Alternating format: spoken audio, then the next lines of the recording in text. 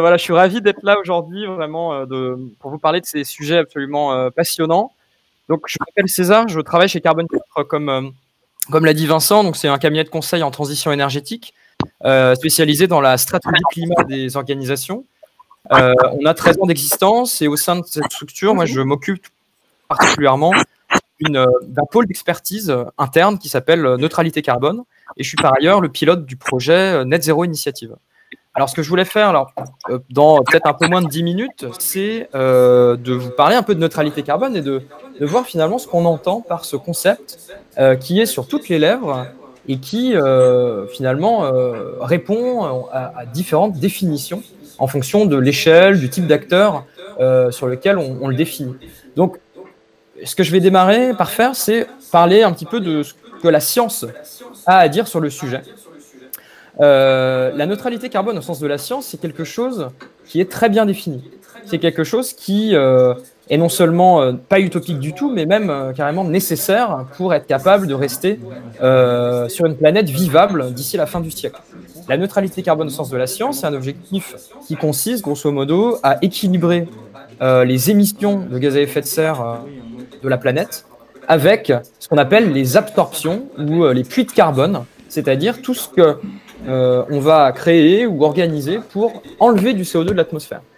C'est un petit peu comme si vous aviez une baignoire géante remplie d'eau. Donc voilà, le CO2, ce serait l'eau. Hein, on va dire le niveau d'eau, c'est la quantité de CO2 qu'il y a dans l'atmosphère. Hein. Et la neutralité carbone, c'est équilibrer le robinet, c'est-à-dire nos émissions de gaz à effet de serre, et le siphon, c'est-à-dire les puits de carbone. Et là, ce que vous avez sous les yeux, c'est un graphe qui vient du GIEC, du dernier rapport d'il y a 2 ans. Et vous voyez que quel que soit le scénario, on est absolument obligé, de réduire aussi fort que possible nos émissions de gaz à effet de serre qui sont en gris dans les quatre graphes. Et en parallèle de cette réduction d'émissions globale, il faut absolument développer ce qu'on appelle les puits de carbone, donc, que vous pouvez voir en marron et en jaune. Vous m'entendez toujours? Ouais, super. Alors, donc ça, c'est ce que dit la science. Et finalement, c'est un objectif qui est absolument radical, puisque pour parvenir à cette neutralité carbone planétaire, il faut des transformations sociétales absolument gigantesques, revoir notre manière de consommer, de produire, d'envisager tout ce qu'on a envisagé depuis le début. Et ça, il faut le faire en 30 ans. C'est quelque chose qui est extrêmement fort. Alors, ça, c'est la première réponse, c'est finalement la neutralité carbone au sens de la science. Et ensuite, la deuxième question qu'on pourrait se poser, c'est finalement, ok, très bien, la science, c'est sympa, mais c'est une échelle très macro, quoi. C'est un truc qui n'est pas forcément très opérationnalisable. Quand on est un individu, un acteur particulier, une entreprise, ça ne nous dit pas grand-chose sur ce qu'on veut faire ou ce qu'on peut faire pour la neutralité carbone. Et alors, cette question-là de qu'est-ce que c'est que la neutralité carbone pour les entreprises, c'est une question qui fait couler beaucoup d'encre.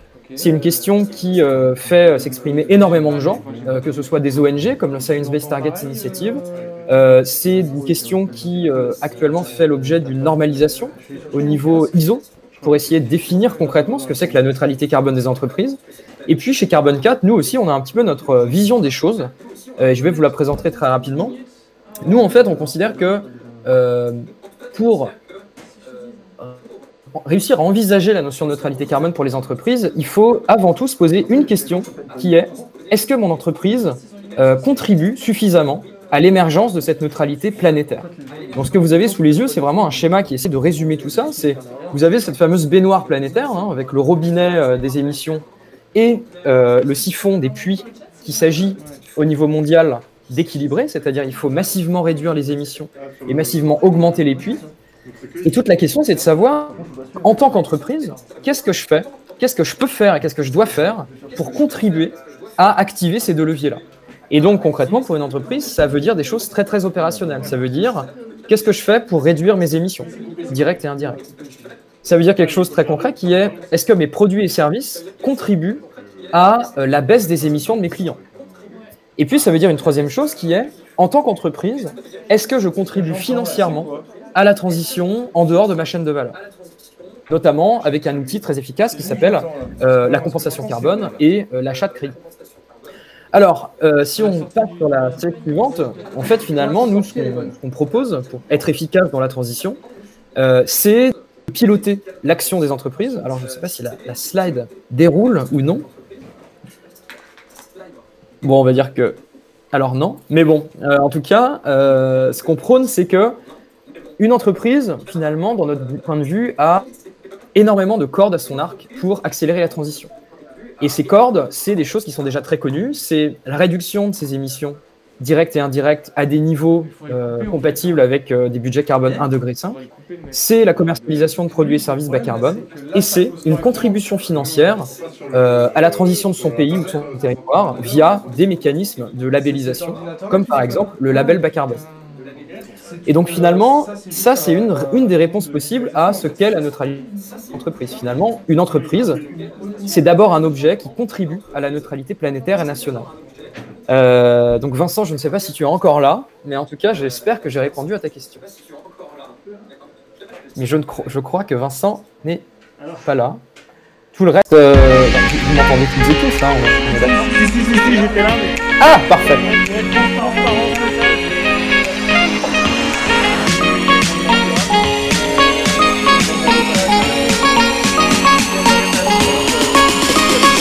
Ah mince! De l'analogie de la baignoire.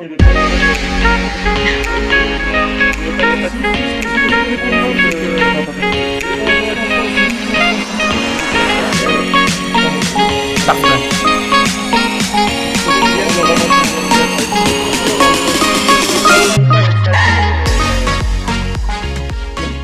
Bon. Non, c'est un bon test de résilience. Oui, c'est un concept de grande résilience dans un environnement dégradé, exactement.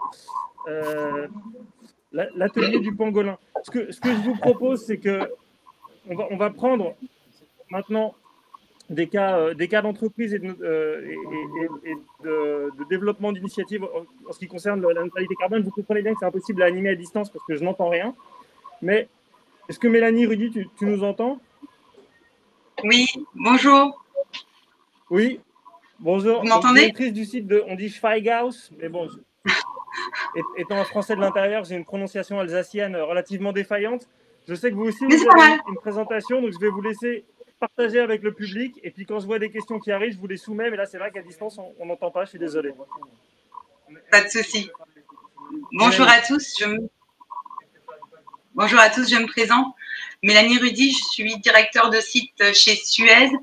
Nous exploitons l'usine de valorisation énergétique EVNA qui appartient au SMITOM. Donc, dans la région Grand Est, Suez accompagne ses partenaires, aussi bien les collectivités que les industriels, avec des solutions innovantes de valorisation des déchets et des eaux usées et qui permettent du coup de produire en circuit court de l'énergie renouvelable au service des territoires et ainsi de faire réduire à nos clients leurs émissions de gaz à effet de serre. Nous nous engageons d'ailleurs chez Suez à faire éviter à ses clients industriels et villes environ 20 millions de tonnes de CO2 d'ici à 2030. Alors parmi les 11 sites de production d'énergie verte à partir d'eau usée ou de déchets exploités par Suez dans le Grand Est et qui produisent déjà l'équivalent de 77 000 foyers alimentés en énergie, il y a EVNA. EVNA, c'est 75 000 tonnes d'ordures ménagères incinérées pour produire de l'énergie renouvelable qui permet aux industriels du territoire de réduire de 8 700 tonnes de CO2 leurs émissions. Alors comment ça fonctionne? On le voit sur la slide suivante. Nous avons deux lignes d'incinération. Donc il y a une ligne qui est représentée sur le synoptique de la slide suivante. Ou pas. Voilà. Donc on va alimenter le four de déchets via une trémie. On va également évidemment emmener de l'air en proportion stoichiométrique pour avoir une combustion la plus complète possible. Et les fumées chaudes de cette combustion vont passer dans la chaudière où est produite la vapeur. Alors les fumées, elles continuent leur parcours dans le traitement des fumées, mais ça, c'est pas l'objet de cette table ronde d'aujourd'hui. On va se concentrer sur la vapeur. des 2 chaudières qui va être collectée et qui va servir à différents usages qui sont ici représentés en orange. Donc c'est aller alimenter 2 industriels, Mars et Sampa, et alimenter une turbine où on produit de l'électricité pour notre propre consommation et dont le surplus est injecté sur le réseau. Donc, on voit le détail de ces consommateurs d'énergie sur la slide suivante. L'usine EVNA, c'est un outil donc, pour 2 industriels qui utilisent à hauteur à peu près de 90 000 mégas la vapeur en direct dans leur process. Donc c'est Sampa, un papetier qui est à un peu moins d'1 kilomètre de l'usine et qui va produire du carton recyclé. Et l'usine Mars qui produit les M&M's à Agneau, qui est pareil à peu près 1 kilomètre de notre incinérateur et qui va utiliser la vapeur pour maintenir les sirops liquides, pour nettoyer leurs différentes machines après les différents colorants. On alimente également l'usine Schaeffler en eau chaude en période hivernale pour leur chauffage. Et donc avec le surplus, comme je vous disais, on va turbiner et on va produire à peu près 9000 mégas d'électricité, la moitié pour notre consommation, et le surplus qui est injecté sur le réseau au bénéfice des habitants du territoire. Alors on a voulu aller encore plus loin et on encourage depuis peu la mobilité durable avec l'installation d'une borne de recharge ultra rapide pour véhicules électriques qui est installée aux abords de l'usine et qui permet du coup aux habitants de venir en 20 minutes recharger leur véhicule électrique à partir de l'énergie produite issue de l'incinération de leurs déchets. Voilà comment EVNA peut être un outil au service des industriels du territoire pour limiter leurs émissions de CO2. Merci. Je ne vous entends plus du tout. Vous ne nous entendez plus du tout? Ça y est. Quel mal. Ah, ça y est. Vous avez vu, maintenant j'ai même un casque pour avoir le son sur un autre ordinateur. Je peux vous assurer qu'il y a des funambules en régie qui font de la haute voltige. Tout simple. Peut-être juste une adaptation. de temps. Vous avez mis combien de temps pour mettre en place cette démarche de réduction d'énergie? Alors, l'usine d'incinération a été implantée à Schweigoud parce qu'il y avait la proximité du papetier et tout de suite dans l'optique de l'alimenter en vapeur pour baisser sa consommation de gaz.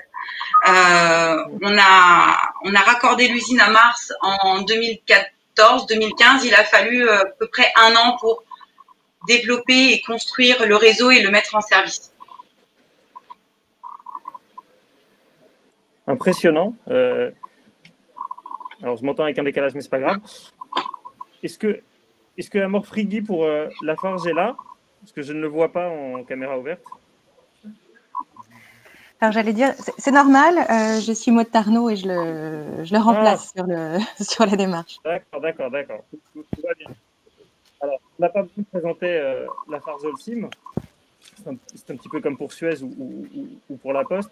Mais en revanche, vous êtes venu avec une démarche donc dans le BTP, une démarche qui s'appelle 360 et qui repose sur ZER que je vais vous laisser développer pour le public. Tout à fait. En fait, cette démarche 360, elle repose sur un postulat de base qui est que c'est avec des partenariats et c'est dans le cadre d'une démarche partenariale qu'on va réussir à atteindre la neutralité carbone. Un petit peu dans la lignée de ce que disait César Dugast tout à l'heure, l'objectif c'est bien de contribuer à une neutralité carbone générale, de faire notre part et puis surtout pas de le faire tout seul. Parce qu'il y a quelques années, on avait pu proposer des solutions très bas carbone, neutres en carbone, mais qui ne trouvaient absolument pas de clients. Le but, c'est vraiment de travailler avec les autres, d'une part pour construire une trajectoire bas carbone qui soit pertinente, et d'autre part pour emmener le secteur de la construction dans son ensemble vers le bas carbone. Donc, dans la première optique, on a beaucoup travaillé avec le SBTI, donc le Science Based Target Initiative, ou la Science Based Target Initiative, qui est une initiative onusienne du Global Compact, avec le CDP, avec le WWF, avec tout un tas d'acteurs qui nous ont permis de valider des objectifs à 2030 pour la Fargolsim qui sont cohérents, eux, avec une trajectoire 1,5 degré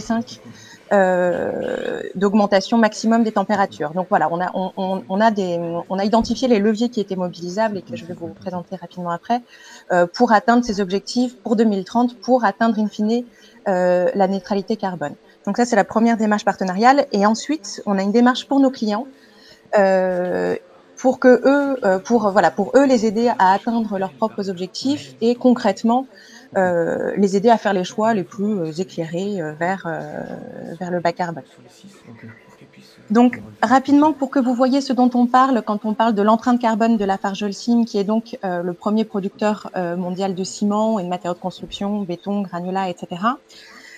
Vous avez là notre empreinte carbone, dont vous voyez que la plus grande partie est dans l'usine et est relative au process de fabrication du ciment particulier. Vous avez un schéma très rapide qui montre qu'effectivement, quand on produit du ciment, on fait cuire du calcaire à très haute température et ça produit d'une part de la chaux vive, qui est la matière première finalement du ciment, et d'autre part du CO2. Et c'est sur ce CO2 fatal qu'il va falloir agir, parce que c'est effectivement une des sources principales des émissions. Mais vous avez aussi tout un tas d'autres choses. Vous avez les combustibles, bien sûr, donc pour 26%. Et puis vous avez les autres scopes 2 et 3 sur lesquels je ne vais pas revenir. Mais voilà de quoi on parle, et c'est important pour vous présenter les leviers qui sont dans le slide suivant. Voilà, c'est parfait. En fait, ce qu'on s'aperçoit, c'est qu'effectivement, le CO2 est principalement émis dans la cimenterie par le processus de décarbonation, mais les leviers de décarbonation, eux, ils dépassent largement le périmètre de l'usine. Nous, c'est ce qu'on appelle les 5 C, pour faire rapide. Vous avez le clinker, le ciment. Alors, ensuite, on a une petite subtilité de franglish, puisque le béton se dit concrete en anglais. Donc, on va dire que c'est le C-béton, le troisième levier.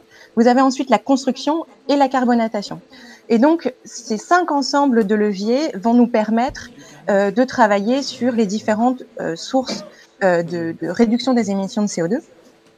Et alors, je ne vais pas tous vous les citer, mais rapidement, il faut qu'on agisse par exemple sur l'efficacité énergétique. Et là-dessus, on va utiliser des combustibles de substitution, notamment des CSR.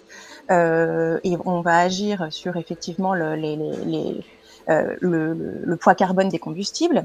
Ça, c'est un premier levier. Un exemple dans le ciment, c'est qu'on va mettre en place des nouveaux ajouts, des nouveaux ciments composés un petit peu différemment pour qu'ils soient moins carbonés, pour que ils aient moins de clinker dans leur composition. Ensuite, dans le béton, on a aussi d'autres approches qui sont des bétons bas carbone, des approches performantielles qui permettent d'utiliser moins de volume, mais pour avoir un usage final qui soit aussi efficace, donc ce qu'on appelle l'approche performantielle. Quatrième levier, c'est dans le cadre de la construction. Donc là, on va aider les concepteurs de bâtiments à travailler et à moduler leur empreinte carbone, à intégrer des nouveaux systèmes constructifs avec des isolations embarquées, etc., etc. Et puis enfin, la carbonatation, où là, on augmente les puits de carbone qui sont liés à nos activités. En fait, on sait depuis longtemps que la réaction chimique que je vous exposais au tout début de décarbonation du calcaire se produit naturellement dans le temps. En fait, le béton recarbonate naturellement le CO2 et c'est très bien, mais en fait, à l'état naturel, c'est très long. Donc, l'idée, c'est de travailler à accélérer ce processus de récarbonation. Donc, c'est le projet national Fast Carb. Et l'idée, c'est effectivement de prendre des granulats issus de la déconstruction, des bétons de déconstruction, de les bombarder, on va dire, de CO2 et de les faire recapter le CO2 qui a été émis dans la première partie de la fabrication. Donc, voilà un peu un exemple des leviers qu'on peut mettre en place pour atteindre les objectifs de baisse des émissions carbone. Et ce qui est important désormais, c'est d'avoir une vraie traduction concrète pour nous, nos clients et le secteur de la construction, qui est sur le slide suivant. Voilà, c'est parfait. On a mis en place 2 outils qui sont vraiment à destination des clients. Le premier, c'est donc le 360 score, c'est l'échelle que vous voyez sur la partie gauche de l'écran. Et donc, c'est un étiquetage volontaire de nos matériaux et de nos produits sur une échelle qui va de A à D et qui prennent en compte d'une part le poids CO2 de nos produits et d'autre part les matériaux recyclés qui sont intégrés dans les produits. Et en fait, on espère grâce à ce dispositif, voilà, informer de manière très transparente les clients et puis effectivement les orienter vers les bons choix. Et voyez, c'est une espèce de Nutri-Score et on l'a lancé l'année dernière et depuis on a même rajouté deux lignes avec les scores AA et A+. Le AA correspondant à un très bas carbone, moins 70% par rapport au standard habituel, et le A+, celui-ci est compensé pour atteindre une neutralité. C'est un béton neutre en carbone. Alors effectivement en baissant au maximum les émissions, mais en plus en compensant la partie finale. Voilà, et puis sur la deuxième partie la partie droite de la fiche, alors vous voyez peut-être pas très bien, mais vous pourrez aller voir sur le site internet, ça s'appelle 360 Design et ça permet, grâce à un moteur une plateforme digitale, vous renseigner la localisation de votre projet, sa surface habitable, ce que vous prévoyez, etc. Et puis ça vous sort le poids carbone du bâti. Et l'idée, c'est de pouvoir moduler, de travailler sur certains murs, sur certains éléments du bâtiment pour que le bâtiment dans son ensemble et le projet dans son ensemble ait un poids plus limité. Voilà. Merci beaucoup. Il y a une première question très pragmatique, très chiffrée qui est arrivée, qui est, ça fait combien de... les scopes 1, 2, 3 en tonnes de CO2 évitées pour la Lafarge? Alors, j'ai pas le chiffre en tonnes évitées, mais je peux regarder. Et la seconde question est, de quelle nature de compensation parle-t-on? Alors, nous, on n'a pas une trajectoire carbone qui prend en compte l'ensemble de la compensation. Vous avez vu qu'on a des objectifs de baisse des émissions de CO2 et on agit principalement sur la réduction à la source. C'est vraiment le premier objectif, c'est d'abord de réduire à la source. Ensuite, c'est effectivement d'aider nos clients à baisser leurs propres émissions. Donc là-dessus, on a des bétons isolants, on a des éléments structurels, innovants pour eux pour baisser les émissions de nos clients. Et c'est ceux qui sont difficiles à chiffrer parce que par nature, ils n'existent pas. Là, on a un produit béton compensé et c'est des projets de compensation au Brésil avec un organisme qui est certifié pour ça. Et c'est dans le secteur de la céramique. En tout cas, c'est dans le secteur des matériaux de construction, ce qui nous paraissait pertinent pour nous de rester dans un secteur équivalent. Merci beaucoup, Maude. Alors, on va finir ce premier tour de table avec deux interventions, avec Antoine Doussin pour La Poste, qu'on présente aussi assez peu. Grosse PME présente sur tout le territoire. Et qu'on témoin engagé depuis 2012 dans la neutralité carbone, avec une démarche que vous allez nous expliquer et qui distingue un peu l'ambition d'un côté et puis la neutralité carbone effective de l'autre. Oui, vous m'entendez. Si vous m'entendez, je vais prendre le micro. Effectivement, c'est vraiment un témoignage du cheminement depuis maintenant une dizaine d'années sur un projet de neutralité carbone.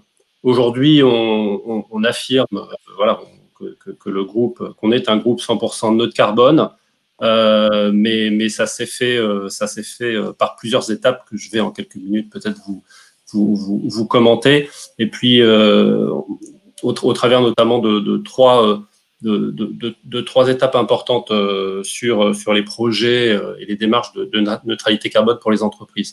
La première étape, alors c'est des portes ouvertes, mais je vais un peu quand même les enfoncer et puis les préciser. C'est la mesure. Il n'y a pas de neutralité sans une mesure à la base des émissions de l'entreprise et puis plus étendue, de l'entreprise étendue sur sa chaîne de valeur. Donc le premier sujet, c'est s'améliorer d'année en année sur la mesure, sur le scope. Donc nous, on mesure bien sûr scope 1, 2 et 3. Et 3, on a décidé il y a maintenant quelques années d'englober l'ensemble des émissions de nos transporteurs, voilà, de nos sous-traitants de transport. C'est sur 1 660 000 tonnes, c'est 75% de nos émissions. Donc Ce qu'on mesure, encore une fois, c'est nos émissions propres, mais c'est aussi tout l'écosystème de notre chaîne de valeur et notamment de sous-traitance transport. Au-delà du scope, on mesure aussi 100%. On mesure aussi 100%. Et ça, on a mis du temps. C'est-à-dire que progressivement, on a mis en place. Alors, j'ai un écho qui est assez désagréable, j'espère que vous ne l'avez pas. Progressivement, on a mis en place des outils de mesure pour couvrir 100% de nos filiales. La Poste est un groupe avec à peu près 200 filiales dans le monde. Et l'idée a été d'aller jusqu'à la dernière filiale pour la mesurer. Alors, soit on était capable de la mesurer, soit on va dire par extrapolation, on évalue les émissions. Mais voilà, le premier sujet, c'est comment on progresse dans la connaissance de ses émissions et des émissions de sa chaîne de valeur sur l'ensemble de ses activités. Le deuxième sujet, c'est la réduction. Il n'y a pas de neutralité sans réduction, c'est le préalable, c'est même le plus important. C'est ce qui va assurer l'équilibre, comme le disait César tout à l'heure et tous les intervenants. Il n'y aura pas d'équilibre sans réduction très forte, parce que la contrepartie, qui est la séquestration, n'est de toute façon pas aujourd'hui au niveau pour assurer l'équilibre, et il faudra vraiment faire des gros efforts. Donc, de gros efforts sur la réduction. Nous, on a mis en place sur un certain nombre de domaines, que ce soit transport ou bâtiment, par exemple. Juste un exemple, parce que le sujet peut être long, mais vous le savez peut-être pas, mais depuis octobre, Chronopost, notre filiale Colis Express, livre Paris intramuros avec l'ensemble de ses sous-traitants en zéro émission. Alors, zéro émission au roulage, donc par véhicule électrique ou mode actif, cargo, vélo cargo ou autre. Donc ça, c'est le développement de la logistique zéro émission. Et puis, bien sûr, des actions fortes sur les bâtiments, tant sur l'alimentation de l'électricité d'origine renouvelable ou des systèmes de management de l'énergie pour réduire les émissions des bâtiments. Globalement, on a réduit depuis 2013 de 20% notre empreinte, qu'on mesure sur 100% du groupe. Et on a, comme le disait Maude, fait valider notre trajectoire SBTI. Maude a parlé d'SBTI. C'est un organisme international qui valide la conformité des trajectoires carbone aux accords de Paris. On a validé SBTI, notre trajectoire à 2025. Donc, de gros efforts de réduction, encore une fois. Et puis derrière, à la fin du fin, une fois qu'on a ce qu'on appelle des émissions résiduelles, on a mis en place des projets de compensation depuis 2012. Donc effectivement, vous avez raison, depuis 2012, on compense, alors sans le dire trop fort, parce qu'en 2012, on était rares à travailler sur ces sujets, à prendre des engagements. On est monté jusqu'à 10% des volumes de compensation volontaire en Europe et dans le monde. Donc on a développé des projets de compensation sur le marché volontaire, sans aucune obligation. On ne fait pas partie des activités industrielles soumises aux accords de Kyoto. Donc, de manière volontaire, on a mis en place des projets de compensation, essentiellement dans les pays du Sud, en tout cas en voie de développement, Afrique, Asie, Amérique du Sud, pour des questions de disponibilité des projets. En fait, les projets doivent être certifiés par des organismes internationaux sur la base de critères, et notamment un certain nombre de critères, notamment l'additionnalité, qui est que le projet ne peut exister sans ce financement externe. Et on considère qu'en Europe, les projets sont capables de vivre sans subvention. Donc, on trouve très peu de projets en Europe et pas du tout en France. Et donc, les projets qu'on a développés sont essentiellement dans les pays en voie de développement. Donc aujourd'hui, on compense 100% des émissions résiduelles, encore une fois, 1 660 000 tonnes, par des projets de compensation et donc par l'acquisition de crédits carbone. C'est pas parfait. Tout système a des axes de progrès. L'axe de progrès essentiel que j'exprimerai aujourd'hui avec le temps qui nous est disponible, c'est que il y a projet de compensation et projet de compensation, et je crois que c'est une question que vous avez eue et qu'on n'a pas encore traitée. Quel type de projet de compensation? Vous avez des projets de compensation, comme le disait César, qui visent à éviter de nouvelles émissions.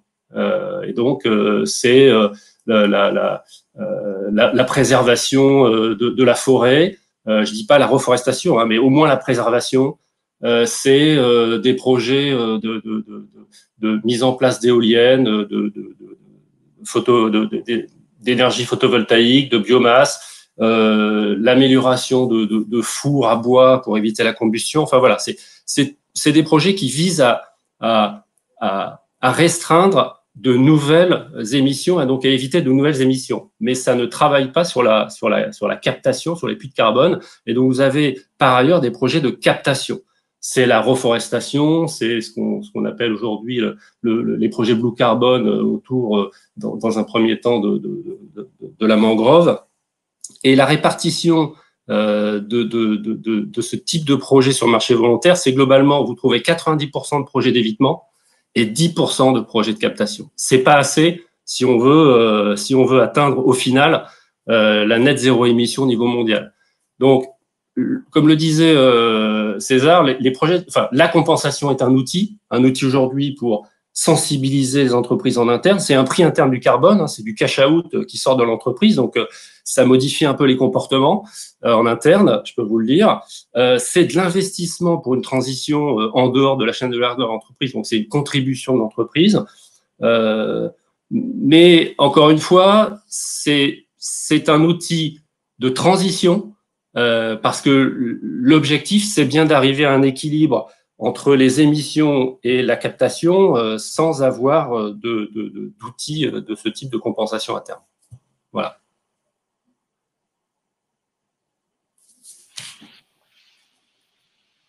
Je vous entends pas, Vincent. Question triviale, mais ô combien importante. Quelqu'un vous demande combien ça coûte, les projets de compensation? Alors, ça coûte. Tout dépend de la qualité, de la nature, des co-bénéfices, parce que vous avez une dimension environnementale, mais vous pouvez aussi avoir une dimension sociale, une dimension économique des projets. Hein. Je prends juste l'exemple, si vous investissez dans des projets d'éoliennes en Inde, vous aurez des projets entre 1 euro et 3 euros. Si vous investissez, par contre, sur des projets de reforestation, vous serez entre 10 et 20 euros parce que vous êtes sur des sujets beaucoup plus compliqués, beaucoup plus chers.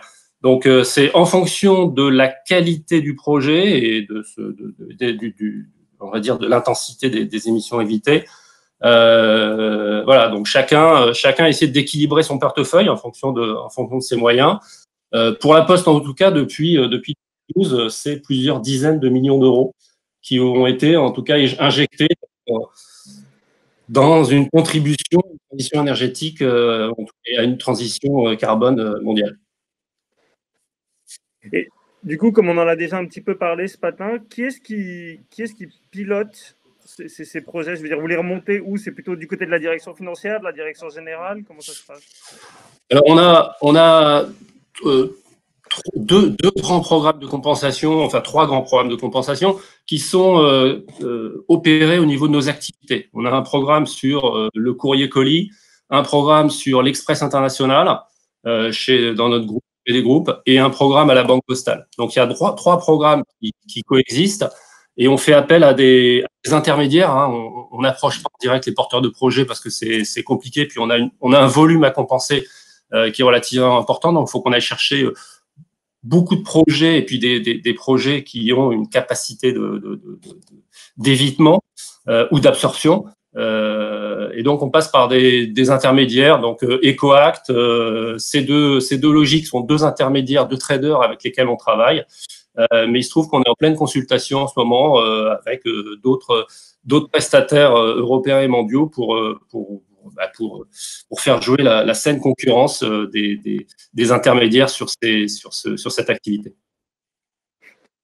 Merci pour cette transparence. On va finir le premier tour de table avant d'engager un débat avec Florian Paluel de Picture. Entreprise de mode équitable, de mode organique, comme on dit, de mode bio. Peut-être commencer par dire quelques mots sur l'entreprise qui est pour l'instant, un tout petit peu moins connue que Suez, La Poste et Lafarge.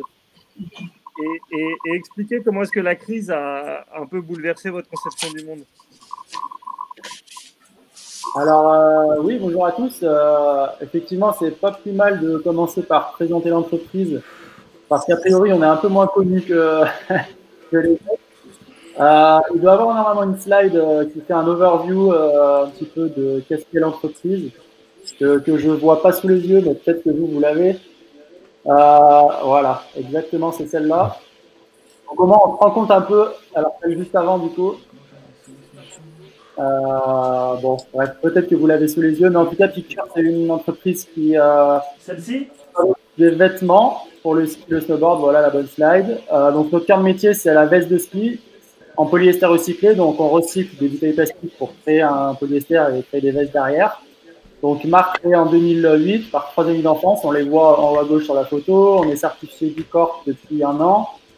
Donc voilà, engagement historique au niveau des matières premières. Donc comme je le disais, polyester recyclé, coton biologique. Il faut savoir que normalement, la manière conventionnelle de créer une veste de ski, c'est extraire du pétrole pour créer un polyester conventionnel. Donc nous, en basant le cœur de notre production sur des déchets, on revalorise ces déchets-là et on en fait de la matière. Donc ça, c'est l'engagement historique. Et on va dire que depuis 2 ans, on prend une nouvelle orientation dans l'engagement qui va mettre l'accent très fort au niveau des énergies qui sont utilisées. Voilà, exactement. Notamment les énergies qui sont utilisées au sein de notre supply chain. Donc là, on parle clairement du scope 3. Et en fait, dans l'industrie du textile, souvent, on pense matière. Et c'est d'ailleurs comme ça que l'entreprise est née avec cet engagement. Mais il y a très peu d'entreprises et on parle très rarement de l'énergie. Alors qu'en fait, on a besoin d'énergie sur 100% des process. Quand il faut créer un fil, c'est une machine qui doit être alimentée en électricité. Quand il faut créer un tissu, c'est exactement pareil. Quand il faut teindre le tissu, on a encore besoin d'électricité. On a même besoin d'une création de chaleur. Donc, autrement dit, on a beau avoir un coton bio ou un polyester recyclé à l'état de fibre au tout début. Donc, c'est le 15% qu'on voit sur la slide. Ensuite, on a besoin d'énergie pour aboutir à un produit fini qui est portable. Et souvent, ça, c'est la partie qui est oubliée, alors qu'il y a une partie qui est majeure. Donc, on voit 28 plus 12 plus 36, qui nous fait un bon 65-70 d'impact sur le cycle de vie du produit, qui est 100% lié à l'usage de l'énergie. Donc, d'où vient l'électricité? Est-ce qu'elle vient du charbon? Est-ce qu'elle vient du gaz? Est-ce qu'elle vient du nucléaire? Est-ce qu'elle vient des renouvelables?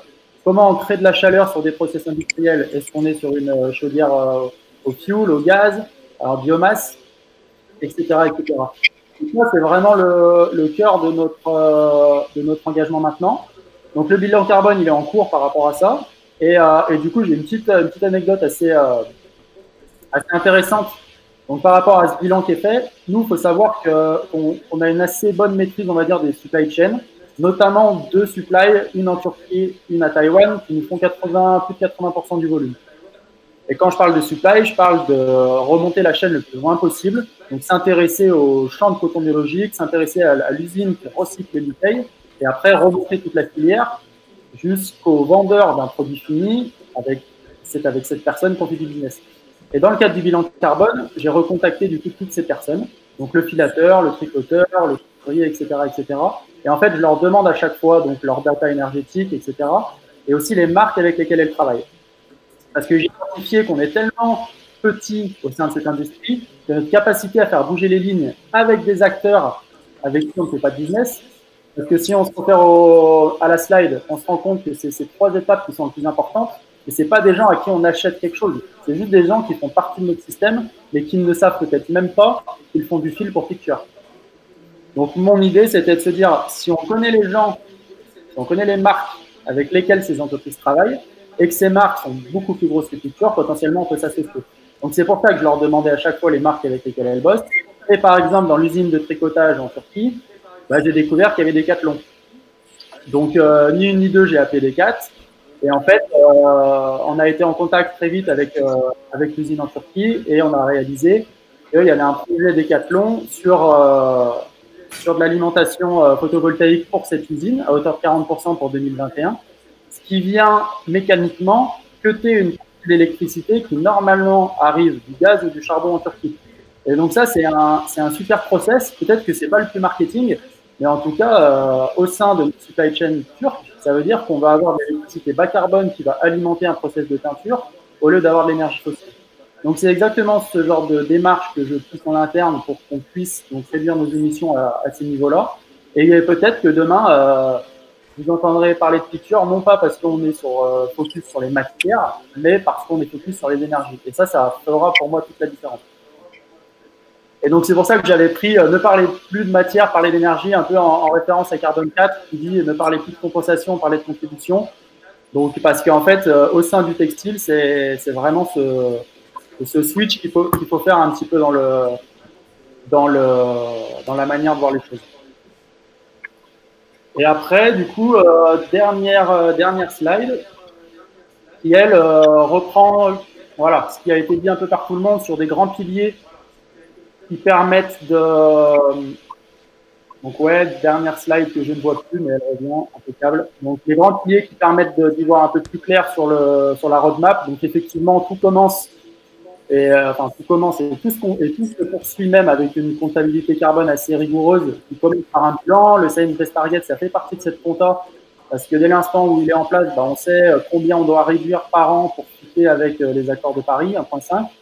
Donc ça, c'est de la compta carbone qui est en cours chez nous. La transition énergétique, je viens d'en parler.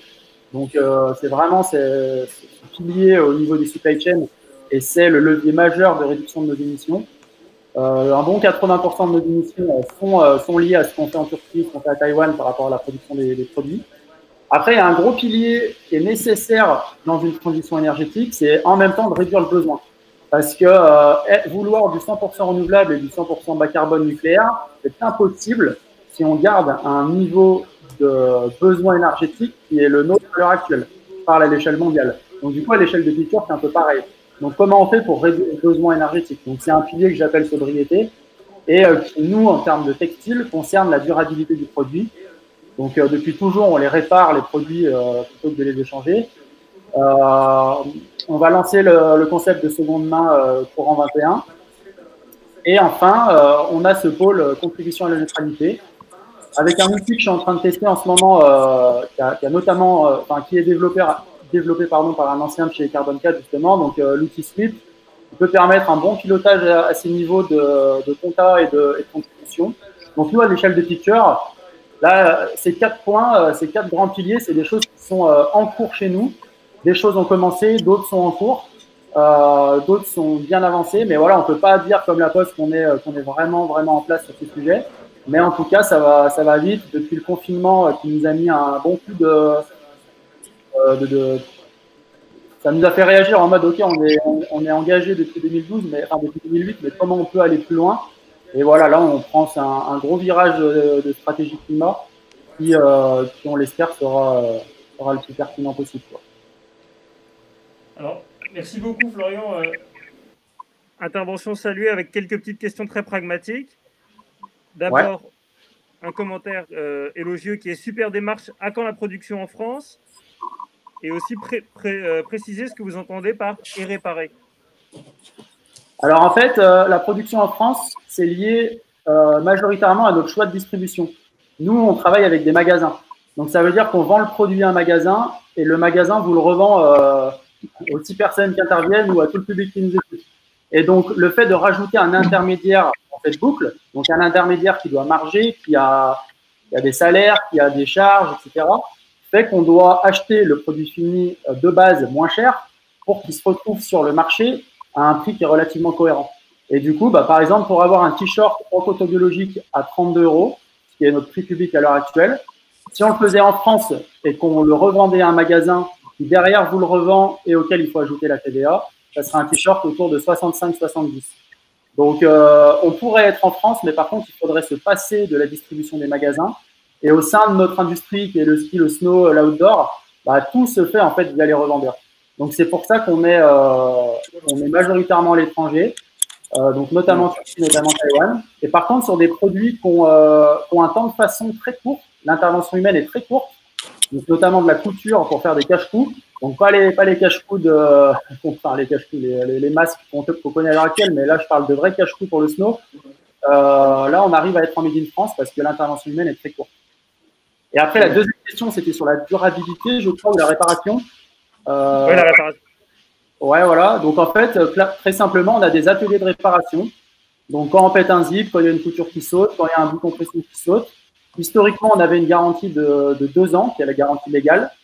Et là, maintenant, on est passé sur une garantie réparabilité à vie qui permet sur des produits identifiés qui ont un fort lien avec l'usage, donc le ski, le snowboard, sur des vestes, sur des pantalons, sur des mid-layers. Ces produits maintenant sont garantis réparables à vie sur les zips, sur les coutures, sur les décompressions, etc. Et donc, on dit aux consos comme ça, gardez votre produit le plus longtemps possible. D'un pur point de vue de sobriété et de réduction du besoin énergétique, c'est ce qu'il faut. Et vous achèterez une des structures quand vous aurez besoin d'une nouvelle. Mais si ce produit peut être réparé, on le répare. Et une garantie à vie vous le permettre. La veste de snow la plus écologique est celle que vous portez déjà. Voilà. Il y a une autre question qui est arrivée, qui est, vous êtes labellisé B Corp. Est-ce que c'est un label qui vous encourage à améliorer votre politique RSE? Ou est-ce que c'est l'inverse? C'est parce que vous aviez une politique développée que vous avez cherché à vous faire labelliser B Corp? En fait, Future a un engagement historique depuis 2008. Et B Corp, ça a été une réflexion en 2018. On s'est dit, être confronté à un label qui est aussi exigeant avec l'engagement qu'on a. En vrai, on ne le savait pas. On faisait plein de choses, on les faisait plutôt pas mal, mais de là à se dire on est capable d'être B Corp, ça a été un gros challenge. Donc du coup, on l'a pris un peu comme ça pour se dire, bah voilà, on va voir si on est capable. Et au pire, soit ça le fait, soit ça le fait pas. Et dans les deux cas, ça va nous montrer les points où il faut s'améliorer.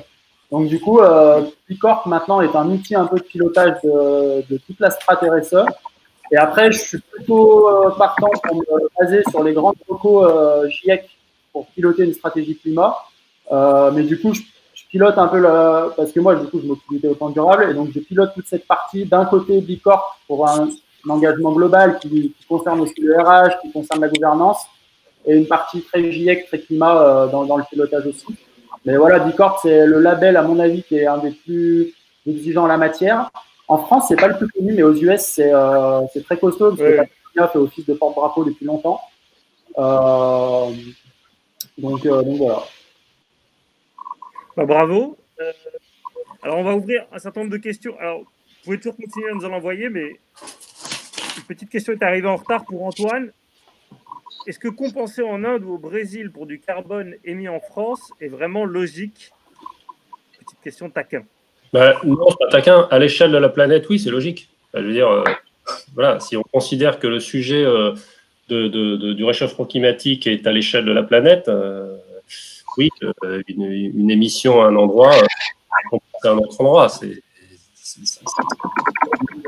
mis la dimension planétaire du sujet.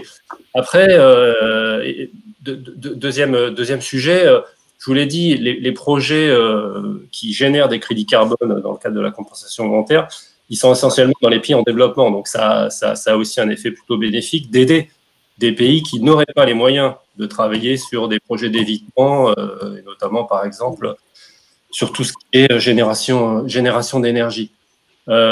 Après, ça nous a fait réfléchir. Hein. Je vous ai parlé d'un cheminement. On a réfléchi à ces sujets-là et c'est vrai que on s'est dit mais qu'est-ce qu'on pourrait faire en France? Qu'est-ce qu'on pourrait faire auprès de nos collaborateurs, auprès de nos clients, pour que ça leur parle, auprès de nos élus qui sont des parties prenantes importantes pour la Poste. Vous le savez, on est une entreprise, mais on est une entreprise publique et on a un rôle, on va dire, d'aménagement du territoire et de service universel. Et donc, on s'est rapproché notamment de la Caisse des dépôts et consignations et du CNPF pour travailler sur des projets de label bas carbone en France. Donc aujourd'hui, on va dire on surcompense parce que c'est pas des crédits qui nous permettent de compenser, hein, c'est pas des crédits labellisés, mais en plus de notre compensation, on va dire volontaire, au travers des crédits carbone sur le marché volontaire, on est partenaire de 5 projets sur 13 en France sur le label bas carbone pour permettre justement des projets de reforestation. Là, pour le coup, on est vraiment sur du puits de carbone, donc on est assez fiers. Mais c'est de la surcompensation. On va appeler ça de la surcompensation parce que ça rentre pas dans l'équilibre, on va dire, de la neutralité carbone de l'entreprise. Alors, il y a une question qui est encore pour vous, mais qui est ouverte à l'ensemble des intervenants et intervenantes. En quoi la compensation est un outil de transition vers la neutralité? Ne serait-ce pas plutôt un frein? Moi, j'ai mon avis. Ce qui peut être intéressant, c'est de faire un tour de table des intervenants. Je crois que En tout cas, on parlait de contribution des entreprises. On peut demander aux entreprises de travailler sur leur propre empreinte, ok, scope 1 et 2. Ok, donc ça, c'est le premier niveau. On peut leur demander ensuite d'aller plus loin et de travailler sur leur scope 3, c'est-à-dire sur la chaîne de valeur, côté client, côté fournisseur. Ça, c'est le deuxième niveau et c'est ce qu'on fait. On peut ensuite aller leur demander de travailler sur ce qu'on appelle les émissions évitées au travers de leurs produits et services vendus. Donc, c'est encore un rayon d'action où l'entreprise peut contribuer. Et puis, je pense qu'on peut aussi, mais il faut que l'entreprise soit volontaire. Alors, dans certains cas, d'ailleurs, c'est obligé. Hein. Il y a des industries énergétiques, papier, le verre, enfin voilà, tout ce qui l'aérien, tout ce qui est très fortement générateur d'émissions. Eux, on ne leur demande pas leur avis, on les oblige à rentrer dans un marché de quotas. Donc, aux entreprises qui le veulent et qui sont volontaires, je trouve que la compensation est un bon moyen d'aller au-delà de ces trois cercles et d'aller contribuer au-delà à mettre en place des solutions de production d'énergie moins polluantes, à mettre en place des solutions de fours à bois améliorés pour éviter qu'on consomme du bois dans les pays en développement. Voilà, je ne vois pas la nature négative du truc, mais c'est mon avis, c'est pour ça qu'on le fait depuis 2012. Maud, Mélanie, c'est peut-être une. J'en ai pour toi après, César. Bon, moi, je répondrai bien à celle-là aussi s'il y a le temps. Ah oui, bien sûr. Oui, bien sûr. Moi, je rejoins ce qu'a dit Antoine Doussin et c'est vrai que l'initiative de la Poste qui fait ça de manière volontaire est tout à fait louable et va plutôt dans le bon sens. Après, je pense qu'il y a des solutions qui sont adaptées à chaque type d'entreprise. Nous, on est une entreprise industrielle qui ne peut pas agir que via le levier de la compensation carbone. On a des enjeux industriels à adresser pour travailler principalement sur l'évitement. Après, il y a aussi un autre débat qui est plus large, c'est la capture du carbone, le stockage, l'utilisation, etc. Enfin, on sait que pour atteindre les objectifs, on va devoir mobiliser tous les leviers possibles et certains qu'on ne connaît pas encore sans doute. Donc voilà, il faut travailler à tout ce qui est possible sans doute. Et Maud, pendant que je suis avec vous, il y avait une question qui sera aussi pour Mélanie. Qui était, est-ce que la compensation n'est pas utilisée par certaines grandes firmes pour justifier une conviction environnementale quand celles-ci ont une activité plus nuisible à l'environnement parce que vous émettez? Donc la question traditionnelle et inévitable du greenwashing. C'est un risque, je pense qu'il est connu. Effectivement, l'idée n'est pas de juste traiter de manière externe, enfin juste se contenter de dire bon on a des externalités qu'on peut gommer grâce à la compensation.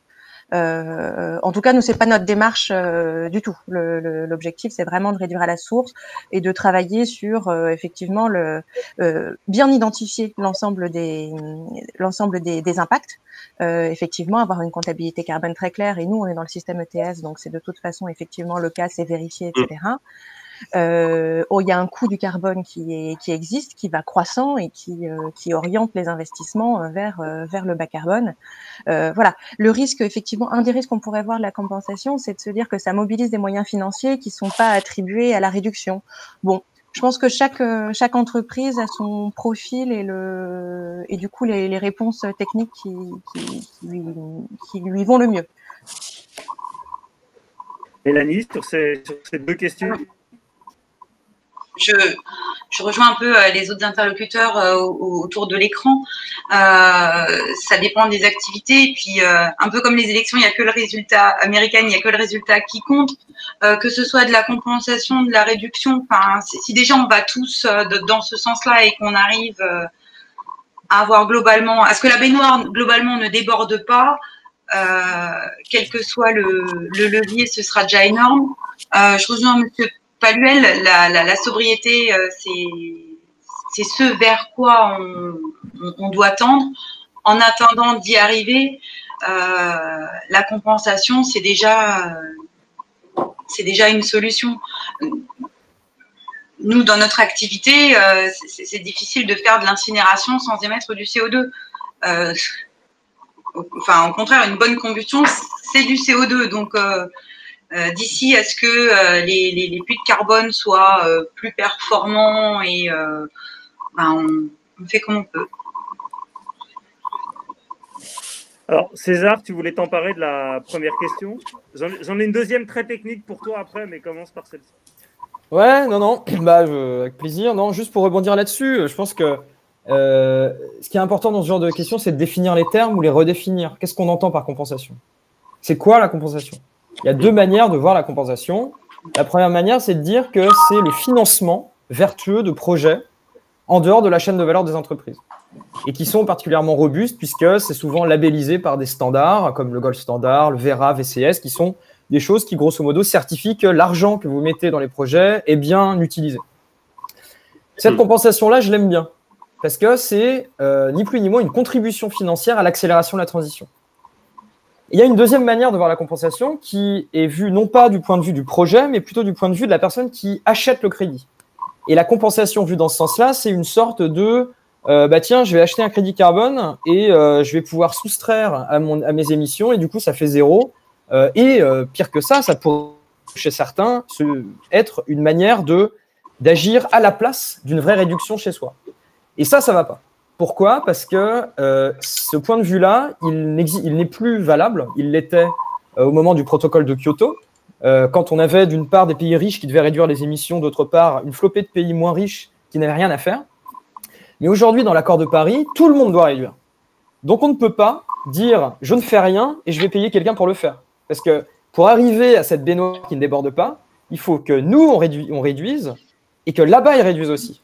Donc en fait, la compensation, finalement, cet imaginaire de je soustrais et ça fait zéro, c'est un jeu à somme nulle qui n'est plus du tout compatible avec l'urgence climatique.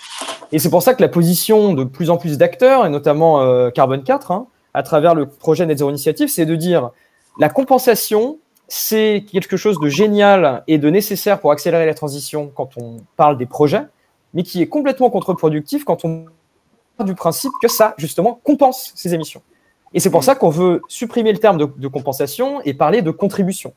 Et se détourner d'une vision qui consiste à dire je vais annuler mon empreinte grâce au crédit, pour plutôt aller dans une conception qui est je dois faire ce que je dois faire pour réduire mes émissions et je dois les réduire de manière drastique. Il n'y a aucune échappatoire pour ça. Et en parallèle, je pilote ce que je mets comme sous en dehors de ma chaîne de valeur pour accélérer la transition. Donc ça peut paraître un changement de paradigme faible ou un changement de vocabulaire un peu simpliste, mais en fait, ça introduit une vision complètement différente de l'action climat. La compensation comme contribution, c'est juste un truc supplémentaire qu'on peut faire, mais qui ne peut en aucun cas nous détourner d'une réflexion profonde sur le changement de business model, la réduction à la source et autres. Voilà. Et tu avais une deuxième question. J'ai une question. Oui, que je vais lire mot à mot parce que je ne suis pas sûr de tout comprendre. Est-ce que la personne de Carbone 4, ça c'est toi, peut développer les projets de captation CCS, BE, CCS et AFOLU? Où en sommes-nous? Quels sont les potentiels? Et sachant que la captation naturelle non anthropique des pluies est de 11 gigatonnes de CO2 évité, peut-on avoir des ordres de grandeur pour les pluies anthropiques? Génial, waouh! Pointure. Excellent. Alors attends, je vais peut-être pour tout le monde là replacer dans le contexte. Donc on s'imagine la baignoire, ok? On revient sur la baignoire. Elle est remplie d'eau, c'est le CO2 qu'il y a dans l'atmosphère, ok? L'objectif 2 degrés voire 1,5 degré, c'est faire en sorte que la baignoire déborde pas, ok? Donc il faut rester à une concentration de CO2 inférieure à celle qui correspond à 1,5 degré ou 2 degrés. Du coup, pour faire ça, il faut fermer le robinet très vite et en parallèle augmenter la taille du trou. Okay. Donc là, les questions qui viennent d'être posées, c'est sur des technologies qui vont contribuer à augmenter la taille du siphon, donc augmenter la capacité de nos sociétés à enlever du CO2 de l'atmosphère chaque année. Il y a deux grandes catégories. Il y a les puits qu'on appelle, on va dire, nature-based solutions, quoi. C'est en gros les forêts, les sols, qui vont être des écosystèmes qui vont chaque année séquestrer du carbone. Mais on a aussi une deuxième famille qui est la famille des puits de carbone technologiques, qui sont notamment le BECCS, là, le BECCS, qui sont vraiment, grosso modo, des grosses machines qui vont aspirer le CO2 de l'atmosphère et le stocker dans des couches géologiques. Donc, pour répondre à la question, donc AFOLU, donc c'est les puits naturels, hein, donc ça, on sait bien faire, c'est les projets forestiers, les projets d'agroforesterie, d'agriculture durable. Le problème, c'est qu'il y a une question de permanence, parce qu'on n'est pas sûr que le CO2 qu'on capte dans ces forêts, dans ces arbres, vont rester captés, puisque voilà, les forêts sont soumises à plein d'aléas climatiques, les incendies, etc. Et les puits technologiques ont ceci d'assez gênant, qui ne sont pas encore matures, ils ne sont pas encore là, en fait, sauf quelques expérimentations pilotes. Donc concrètement, le secteur des puits naturels est mature, et il faut absolument le booster au maximum. Donc le label bas carbone, comme l'a dit Antoine, en France, est l'un des outils qui permet finalement d'accélérer l'augmentation des puits de carbone en France. Quant aux puits technologiques, il faut investir massivement dans la recherche et développement, tout en essayant évidemment de limiter leur recours, parce qu'on ne sait pas du tout si ça va marcher, ces grosses bêtes. Et en tout cas, voilà, on a des degrés de maturité et de solidité différents. Et je finis juste sur le dernier point, qui est un autre acronyme qu'a cité la personne, c'est le CCS. Donc, c'est la captation et stockage de carbone, qui est en gros c'est en gros capter du CO2 fossile. Et ça, c'est une manière de réduire les émissions, c'est-à-dire de fermer le robinet. Et ça, c'est très peu mature encore aujourd'hui. Voilà. Eh ben, c'était limpide. Il y a une question chirurgicale. Est-ce que Lafarge peut nous faire un retour d'expérience sur le stockage CO2?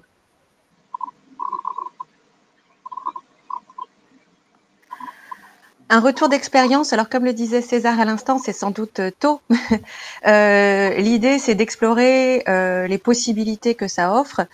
Et on en est encore enfin voilà, il y a effectivement des recherches pour capter le carbone à la sortie des cimenteries, et puis pour lui trouver après un lieu, un stockage ou une réutilisation. Nous, on a plusieurs projets qui sont à des stades de projets à travers le monde. Vous en avez en Allemagne, par exemple, sur la façon dont on peut transformer le carbone en carburant pour l'industrie aérienne qui se situe à côté. C'est une étude de faisabilité. Enfin voilà, c'est une piste qu'on regarde. Il y a des choses dans le Colorado aussi, en collaboration avec des grandes entreprises dans le secteur pétrolier et gazier, parce que vous avez un autre enjeu avec avec le CCS et le CCU, donc l'utilisation et le stockage du carbone, c'est la logistique. Le carbone est émis quelque part, il va falloir soit le stocker, soit l'utiliser ailleurs, et il faut le transporter. Et c'est un enjeu assez nouveau qu'on n'avait pas, qu'on ne savait pas adresser jusque-là. Donc il y a non seulement effectivement de savoir si la machine va réussir à stocker le carbone, mais jusque-là il faut le transporter. Et puis nous, on travaille sur les machines pour le capter à la sortie de la cheminée. Une autre question qui peut être relativement générale. Est-ce que vous prenez en compte l'ensemble des étapes du cycle de vie du produit? Et est-ce que d'autres critères que le CO2 sont pris en compte dans votre analyse? Alors en même temps, on est dans un atelier sur le CO2, mais Florian peut-être? Ouais, alors comme je disais, on prend vraiment en compte toute la supply chain, parce qu'on remonte très loin, quoi. La culture du coton bio, le recyclage des bouteilles, après tout ce qui est filature, tricotage ou tissage, teinture, lamination. Donc la lamination, c'est quand on colle une membrane interrespirante sur le tissu. Confection, transport. Alors transport entre les usines et notre entrepôt logistique, entre l'entrepôt logistique et les magasins, entre l'entrepôt logistique et les consommateurs. Après, une fois que le produit il est en main, il est chez les gens, ce produit il est potentiellement lavé, il est repassé, il est porté, il est réparé. On peut le donner une asso, etc. Donc le périmètre il est ultra large. Donc dans le bilan, dans le calcul du bilan, tout ça c'est pris en compte. Donc y compris des hypothèses d'usage du produit. Donc combien de temps ce produit est être gardé, combien de fois par an on va le laver, etc. Et pour revenir sur la question du gaz à effet de serre, nous c'est surtout la partie CO2 quand même qui est majeure. Les résultats du bilan, là, je les attends, ils vont arriver. Peut-être qu'on aura un peu je sais pas, on verra peut-être qu'on aura un peu de protoxyde d'azote vu qu'on a de la culture de coton bio au niveau des engrais possibles. Mais sinon, la très large partie, c'est du CO2. On n'a pas de dépendance particulière au méthane. Alors, méthane, gaz naturel, c'est plus ou moins la même chose. Donc, voilà, s'il y a de l'électricité issue du gaz naturel en Turquie, par exemple. Mais sinon, le très très gros, ça reste du CO2 parce qu'en fait, on a cette dépendance à de l'électricité qui alimente des machines. Donc, voilà, gaz naturel, charbon. On a de la combustion directe d'énergie sur des process industriels pour créer de la chaleur. Donc, on peut brûler de la biomasse, on peut brûler du fuel, on peut brûler du gaz, encore une fois. Donc, voilà, c'est majoritairement du CO2. Si je peux… Ah, allez-y, Maud. Bien sûr. Je vois Maud qui lève la main. Oui. Pardon. Les vieux réflexes. Vas-y. Oui, moi j'avais 2 remarques sur là-dessus. Nous, on est dans le secteur de la construction. Donc bien entendu, il faut prendre en compte l'ensemble du cycle de vie de la construction, du bâtiment, parce que on émet 5 fois plus de gaz à effet de serre pendant la durée de vie du bâtiment que pendant sa construction. Donc effectivement, ça serait ne s'intéresser qu'à une seule partie du problème que de prendre en compte que le début. Et alors, dans ce sens-là, il y a une réglementation environnementale sur les bâtiments qui arrive, qui s'appelle la RE 2020, donc la réglementation environnementale des bâtiments qui arrive pour 2020. Ce sera sans doute l'année prochaine, mais vous savez ce que c'est, qui prend en compte 2 critères. C'est d'une part le carbone et d'autre part l'énergie. Et on est sur une démarche vraiment multicritère. Voilà, donc pour vous dire qu'effectivement le CO2 est essentiel, est embarqué dans le critère énergie, mais pas que. Et une autre remarque qui est liée à notre activité, cette fois-ci plus en amont et dans les carrières.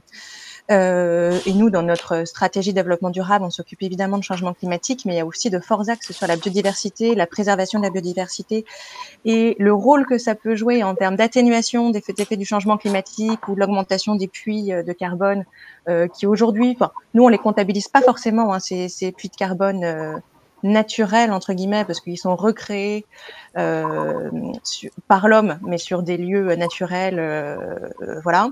Bon, et en tout cas, c'est dans ce sens-là qu'on travaille aussi, et ça me permet de citer la démarche de l'UNICEM qui s'appelle, UNICEM Entreprises Engagées. C'est une démarche sectorielle. On parlait des labels sectoriels tout à l'heure et de leur intérêt pour faire progresser l'ensemble de la profession, et qui co-organise cette table ronde. L'UNICEM Entreprises Engagées, voilà, propose des référentiels pour tous les acteurs des matériaux de construction et des carrières sur la biodiversité, sur l'économie circulaire, sur l'environnement plus largement, effectivement, pour construire des démarches de progrès et faire progresser tout le monde sur d'autres critères que le seul carbone. Peut-être, sans être trop long, quelques éléments de réponse aussi de mon côté La Poste. Moi, ça me fait penser effectivement à la mesure, et notamment du scope 3. Le scope 3, aujourd'hui, je vous ai dit, on embarque les sous-traitants dans le sport, mais il y a des choses qu'on n'embarque pas. Et par exemple, tout ce qui est l'IT, enfin le numérique externalisé, tout ce qui est les data centers. C'est un sujet qui monte. C'est pas un sujet qu'on mesure en externe, hein, quand on sous-traite des data centers. Alors on y travaille parce qu'il n'y a pas de méthodologie, mais typiquement, ça fait partie des sujets où il faudra, on le sait, dans quelques années, être capable d'intégrer ça dans une empreinte. Ça me fait penser aussi aux ACV qu'on est en train de travailler, analyse de cycle de vie, sur, par exemple, le papier versus le numérique. Le numérique ne gagne pas à tous les coups, hein.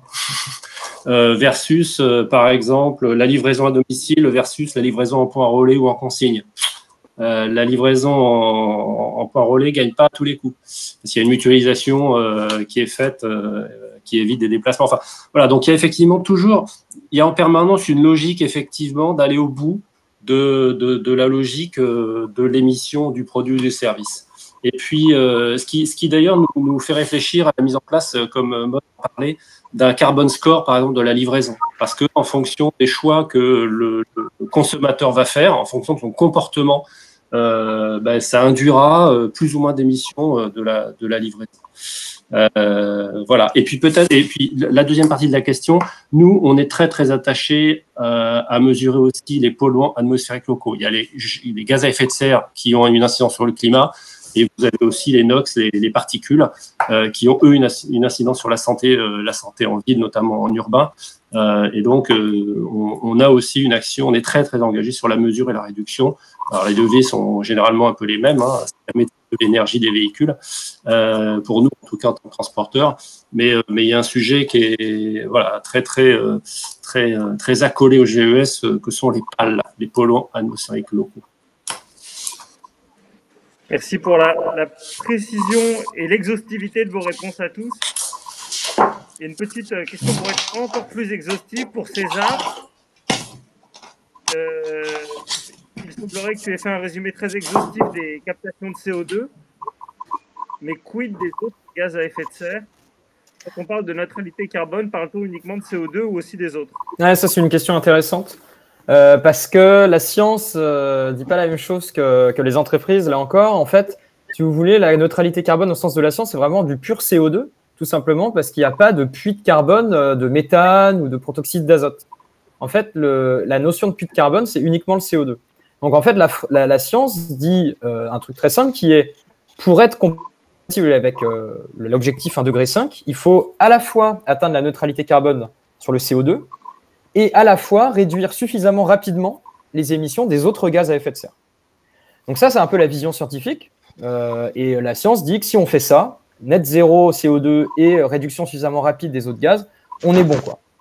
Et les entreprises, c'est plus compliqué parce qu'en fait, finalement, il y a depuis toujours, on calcule les émissions de gaz à effet de serre des entreprises avec un indicateur qui s'appelle la tonne de CO2 équivalent. C'est-à-dire qu'en fait, on prend tous les gaz et on le traduit en une quantité de CO2 équivalent pour éviter d'avoir à manipuler plein de gaz différents. En fait, on parle vraiment de tonnes de CO2 équivalent. Et donc, par abus de langage, ce qu'on dit généralement, c'est que on fait comme si c'était du CO2, même si dans les faits, si on voulait être vraiment très rigoureux, il faudrait faire la distinction. Mais on va dire qu'à l'échelle des organisations, vu qu'on parle de réduction globale d'émissions, on manipule des tonnes de CO2 équivalents. Mais c'est une vraie question et c'est un truc qui fait débat encore aujourd'hui dans la communauté scientifique. Alors, je vois l'heure qui tourne et je vous propose de vous arrêter chacun en conclusion sur cette question métaphysique qui dépasse l'atelier du jour. Comment faire un choix de produit lorsque les impacts sont de différentes natures, puisqu'il y a des impacts environnementaux, des impacts sociaux, et qu'il est difficile de savoir lequel privilégier? Est-ce qu'au fond, ce dont on vient de parler pendant 1h30, c'est vraiment un bon aiguillon, une bonne boussole que de privilégier celui qui va vers la neutralité carbone? Maud, je vous vois rigoler, donc vous avez le droit de commencer. Ah bah voilà. Je riais nerveusement. Je pense que c'est un des indicateurs et l'idée c'est... si je me mets à la place du consommateur, j'imagine que l'idée c'est de pouvoir faire un choix éclairé et d'avoir un maximum d'informations. Donc d'avoir des informations sur le poids carbone de ce que j'achète, mais effectivement l'empreinte sociale serait tout aussi intéressante à avoir. Et on voit qu'il est très difficile de comparer un certain nombre de choses. Bon, c'est des questions pas évidentes. Je dirais de la transparence au maximum, ce qui peut nous aider à faire des choix. Voilà. Florian, la transparence, c'est un mantra chez Picture, donc ça doit vous parler aussi. Oui, on a toujours été très transparent dans tout ce qu'on fait. Et d'ailleurs, il y a plein de plus de contenu sur notre site, de choses sur lesquelles on est en train d'avancer, de choses sur lesquelles on n'a pas réussi à aller aussi vite qu'on aurait voulu aller. Donc, ça a toujours été majeur dans notre engagement. Et par rapport au curseur et aux indicateurs, pour moi, c'est vrai que j'aurais tendance à placer l'indicateur GES, le carbone, vraiment tout en haut de la liste parce que je juge personnellement que c'est vraiment le combat qu'il faut mener absolument, ce changement climatique. On voit déjà des choses qui sont en train de se passer. Les pays du Sud, qui sont quasiment responsables de rien, vont se manger les pires catastrophes parce qu'ils sont géographiquement malchanceux par rapport à leur position. Et qu'en plus, économiquement, ils ne sont pas aussi bien développés pour se protéger. Donc, à mon avis, par rapport à tout ce qui va arriver, oui, le carbone devrait être encore une fois, c'est une position un peu perso, mais devrait être l'indicateur le plus déterminant. Et encore une fois, on jongle entre des solutions qui ne sont pas parfaites. Aucune énergie n'est parfaite. Quand j'entends parler d'énergie verte, c'est vrai que ça ne veut pas dire grand-chose. Mais ce qui est sûr, c'est qu'entre le fossile et le bas carbone, il y a pas vraiment de questions à se poser. Donc, à un moment donné, il faut, c'est la voie à prendre, quoi. Merci pour cette position perso. Et d'ailleurs, c'est ce que je vous demande en conclusion. Mélanie, votre position personnelle sur le sujet?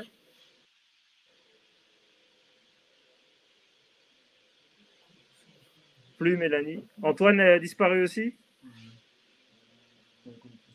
Ah, connexion perdue. Alors César, on va te rendre ce qui te revient souvent. Je crois qu'Antoine est revenu. Ah. Alors, votre position perso, Antoine, sur le sujet?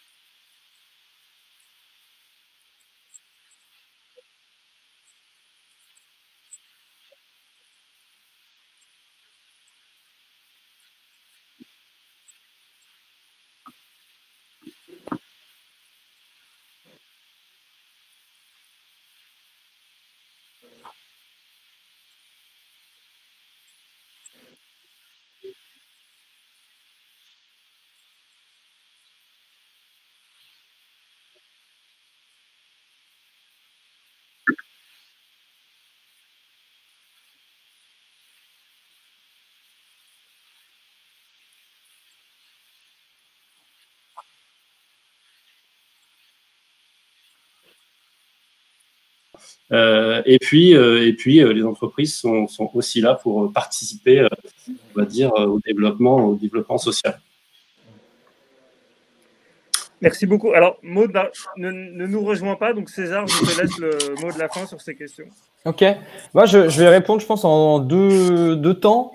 Premièrement, donc sur l'aiguillon au niveau de l'entreprise, je pense que je rejoins un peu Antoine sur le constat que la neutralité des entreprises, la neutralité des produits, c'est des choses qui sont définies de manière extrêmement hétérogène en fonction des acteurs et que deux neutralités d'entreprise ne se ressemblent absolument pas et que le zéro finalement cache la forêt et la forêt qui est constituée d'ambitions extrêmement différentes, de trajectoires de réduction super hétérogènes, d'un rapport à la compensation très différent. Donc moi, j'ai plutôt tendance à dire que l'aiguillon pertinent, c'est celui qui consiste à dire comment est-ce que je peux faire advenir la neutralité mondiale. Parce que la neutralité planétaire, elle est bien définie par la science. Et c'est hyper fructueux, c'est hyper fécond pour une entreprise de se demander comment je me transforme, quelles actions je mets en œuvre pour coller le plus possible à l'émergence de ce monde neutre en carbone. Et c'est ce que peut faire une entreprise, c'est vraiment, encore une fois, extrêmement positif, extrêmement galvanisant et avec énormément de leviers d'action. Réduire ses émissions, proposer, là encore, je rejoins ce que dit Antoine sur proposer à ses clients des produits et services qui vont réduire les émissions, voilà, des produits vertueux. Je suis un fabricant de vélos, et il faut que mon activité croisse parce que je vais substituer de la voiture chez plein de gens. Et puis, troisième chose, c'est comment je fais pour stimuler la transition grâce à mes financements, grâce à la contribution carbone. Donc ça, c'est mon premier point, c'est de dire, pour moi, l'aiguillon, ça doit être la neutralité mondiale et la manière dont je peux la faire advenir en tant qu'entreprise. Et la deuxième chose que je veux dire, mais là, du coup, je termine là-dessus, c'est l'aiguillon de la neutralité mondiale, lui non plus, n'est pas suffisant, mondial ou national, parce qu'il ne faudrait surtout pas se cantonner à une simple vision quantitative, une simple vision de tonnes de CO2, puisque ce qu'il y a à construire, c'est un récit qui va bien au-delà d'une quantification théorique. Ce qu'on doit construire, c'est un récit commun, une vie commune dans un monde qui n'a rien à voir avec le monde qu'il y a aujourd'hui. Et ce serait dommage de se cantonner à une vision très arithmétique qui consiste à dire que le seul aiguillon doit être la neutralité carbone. La neutralité carbone planétaire et nationale doit être l'une de nos étoiles polaires, mais il faut la penser dans un contexte de transition juste et d'équité. Voilà. C'est un très beau projet d'avenir, même si pour l'instant les scénaristes de Bright Mirror sont plutôt en retard par rapport à ceux de Black Mirror qu'on voit plus advenir. Mélanie, hélas, je vous laisse peut-être répondre sur cette question. Oui, mais je je pense qu'en tant que consommateur, aujourd'hui, on a de grosses responsabilités parce qu'il faut, ou en tout cas, on peut choisir entre des produits bio, bons pour la santé, basse émission, est-ce qu'il faut qu'il soit plutôt local, enfin. Mais moi, je trouve que c'est plutôt une chance et un pouvoir qu'on a en tant que consommateur de pouvoir faire ces choix-là et ces arbitrages-là. On ne peut pas attendre de tout le monde qu'il soit minimaliste ou Cro-Magnon, comme on a pu l'entendre.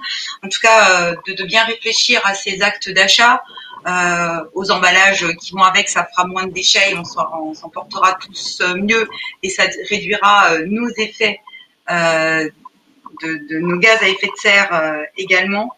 Mais il faut saisir cette opportunité et faire ses choix en fonction de ses convictions propres à chacun.